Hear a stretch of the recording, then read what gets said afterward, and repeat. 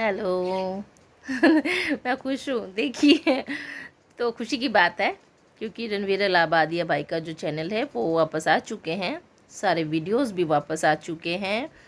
अब हमको सोचने की ज़रूरत नहीं है कि कहाँ से मिलेगा, क्या मिलेगा, कब मिलेगा, क्योंकि सारे अवेलेबल हो चुके हैं। उनकी टीम ने किया है, किसने किया मानना पड़ेगा, काम बहुत अच्छा किया है कि एक ही दिन में उन्होंने रिट्रीव कर लिया उनके अकाउंट को। तो थैंक यू जिसने भी किया, बहुत बहुत थैंक यू मेरी तरफ से।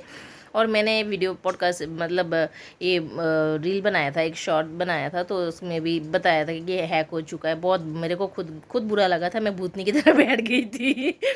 तो चलो जो भी है, अब आ गया है तो आप सब भी इंजॉय कीजिए, उनकी वीडियो ज़रूर देखिए, बहुत इन्फॉर्मेटिव होती है, बहुत सारा नॉलेज मिलता है।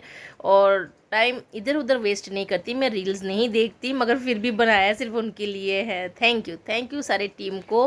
मैं बहुत खुश हूँ कि आ गए हैं वापस सारे वीडियोस।